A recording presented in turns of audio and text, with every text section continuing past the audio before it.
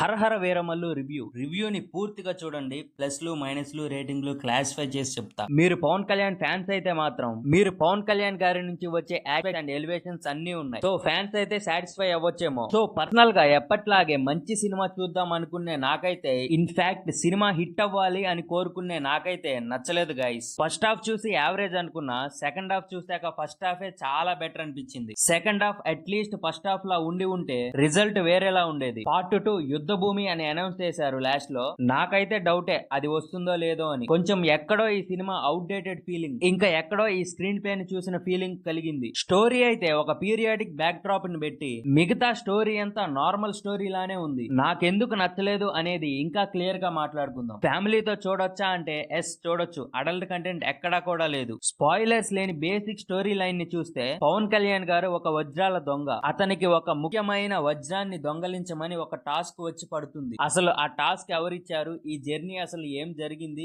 చివరికి ఏమైంది అన్నదే స్టోరీ. మూవీలో ప్లస్ పాయింట్స్ ఏంటో చూద్దాం. పవన్ కళ్యాణ్ గారి స్క్రీన్ ప్రెజెన్స్ హైలైట్ అని చెప్పుకోవాలి. మార్షల్ ఆర్ట్స్ ని ఫస్ట్ హాఫ్ లోను, ఇంటర్వెల్ చార్మినార్ ఫైట్ లోను బాగా చేశారు. బాగా ఎలివేట్ కూడా అయ్యారు. చాలా మూమెంట్స్ త్రూ అవుట్ మూవీలో. ఫస్ట్ హాఫ్ అంతా మాక్సిమం యాక్షన్ సీన్స్ ఆక్యుపై చేశాయి. ఎస్పెషల్లీ మచిలీపట్నం ఫైట్ ఏదైతే ఉందో, ఇంట్రడక్షన్ ఫైట్ మంచి హై ఇచ్చింది. గుడ్ ఫైట్ అనేలా చాలా చాలా మంచి ఐడియాస్ ఉన్నాయి సినిమాలో. కానీ పూర్ విఎఫ్ఎక్స్ వాటి ఇంపాక్ట్ ని పోగొట్టేసింది. దాని గురించి మైనస్ పాయింట్స్ లో మాట్లాడదాం. ఇంకా ఇంటర్వెల్ ట్విస్ట్, ఇంటర్వెల్ సెట్టింగ్ చాలా బాగుంది. Title and power star Pawan Kalyan అని వచ్చిన ఇంట్రో, ఈ రెండు మెయిన్ హైలైట్ గా ఉన్నాయి. మంచి ఊపిచ్చింది. ఇంకా last plus point BGM by MM Keeravani గారు. ఎలివేషన్స్ కి మంచి హైప్ ఇచ్చాయి. సూపర్ ఉంది. సినిమాటోగ్రఫీ కొన్ని చోట్ల చాలా షైన్ అయింది. ఇంకా మైనస్ పాయింట్స్ ఏంటంటే ఈ మూవీ ఒక డైరెక్టర్ నుంచి ఇంకో డైరెక్టర్ చేతులు మారటం వల్లనో, 5 years బ్యాక్ స్టార్ట్ అవటం వల్లనో, పవన్ కళ్యాణ్ గారి పాలిటిక్స్ ని బ్యాలెన్స్ చేయటం వల్లనేమో, రీజన్ ఏదైనా కానీ స్పాయిల్ అయిపోయింది అవుట్పుట్. స్టోరీ కూడా పెద్దగా లేదు అనిపించింది. సెకండ్ హాఫ్ లో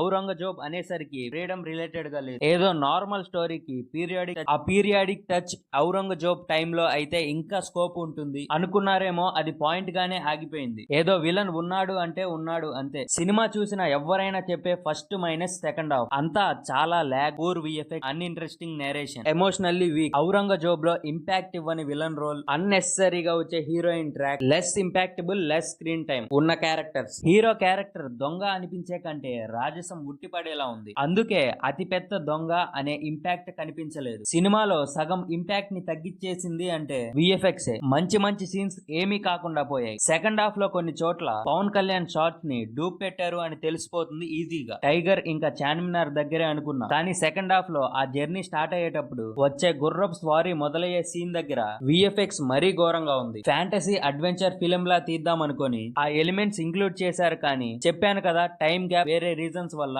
ఇంకా పవన్ కళ్యాణ్ గారి బియర్డ్ వల్ల కంటిన్యూటీ మిస్ అయిపోతుంది. ఏది ఓల్డ్ షూటో ఏది న్యూ షూటో ఈజీగా తెలిసిపోతుంది. సో ఫైనల్ గా నా వర్డిక్ట్ ఏంటంటే, ఫ్యాన్స్ వరకు ఫ్యాన్ కోరుకున్న ఎలిమెంట్స్ ఉండటంతో ఫ్యాన్స్ కి నచ్చొచ్చేమో, మిగతా వాళ్ళకి ఫస్ట్ హాఫ్ వరకు పర్లేదు అనిపిస్తుంది. సెకండ్ హాఫ్ మాత్రం ఇంట్రెస్టింగ్ గా చూడలేరు అనే చెప్పాలి. దీనికి నా రేటింగ్ వచ్చేసరికి నా ఒపీనియన్ 2.5/5. మీకు నా రివ్యూ నచ్చితే ఇంకా అప్కమింగ్ రివ్యూస్ కోసం నా ఛానల్ సబ్స్క్రైబ్ చేసుకోండి గైస్.